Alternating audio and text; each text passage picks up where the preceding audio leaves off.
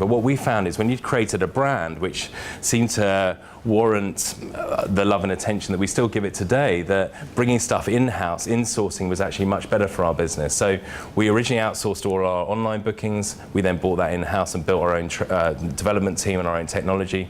We used to outsource all our travel team bookings through a company we've been doing it for 30 years, who will remain nameless, but they were converting at 10% of calls. We brought it in-house, built our own team. We now convert at 55% of calls.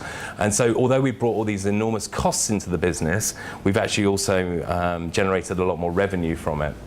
So we've been really kind of learning travel. You know, I had no experience of travel. My wife doesn't, Ed doesn't.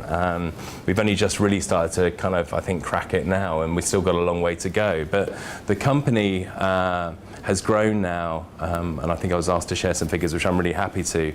We'll do about £35 million worth of room bookings for our hotels now. We have about 700,000 people visiting our site, about 700,000 members as well globally.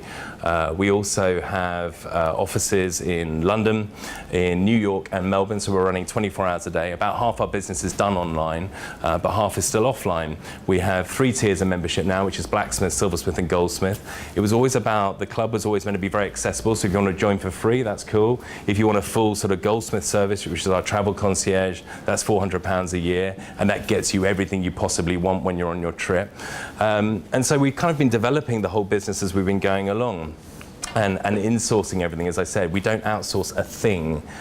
All the design, all the web design, everything has always been done in-house. We occasionally use external consultants to help bring a bit of fresh thinking, but that's about it now. When you're an entrepreneur, you just believe you can get anything done. You're not going to listen to what everyone else thinks. You're just going to have the courage of your own convictions.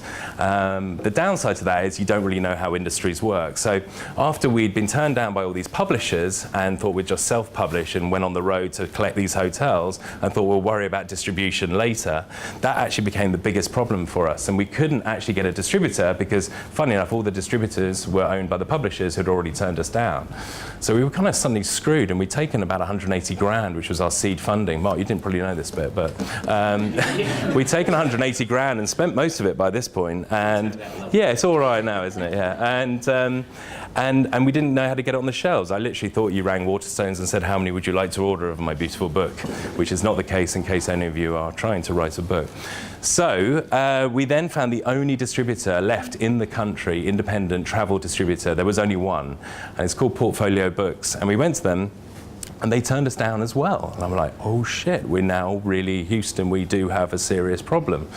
So massaging the truth is probably a nice way to say it. During the meeting, I sort of thought, Christ, this is a problem. I went back to my PR days and said, but I've already secured articles in Vogue, in Tatler, Harper's. I had on the phone yesterday. We're going to be in the Standard. And, you know, what am I going to do then? They were like, oh, you never told us any of this. And, you know, I was confident we were going to get some great PR when we launched, but I hadn't necessarily had all these conversations with all these people. And they started, I could see them just suddenly waking up, these sort of old men in this meeting who were thinking, who is this jackass, you know, what does he know? And so I kept sort of layering on. I remember looking at Tam, and she's like, what are you doing? Kind of thing. I'm like, don't worry. All in the eyes. When you've been with someone you know.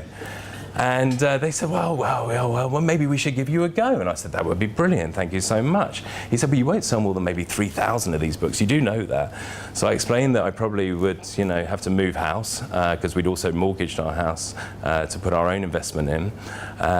We'd have to downsize. My friends and my family may not be so keen to see us again in the near future, but thank you. That we appreciate you getting on the shelf and let us go away and do what we can. So we got the book together, we got the distribution deal organised, we sent the book to print, and we ended up selling 20,000 in the first 3 months. And it was a revelation. We were out selling Harry Potter on one day in Waterstones, which was just phenomenal. We had the front page of the Guardian Travel with Who Are Mr. and Mrs. Smith, with 6 pages inside. We had 6 pages in Sunday Times style. We were everywhere. It was just the most, even by my kind of slightly massaging, you know, the truth standards, it was beyond expectations.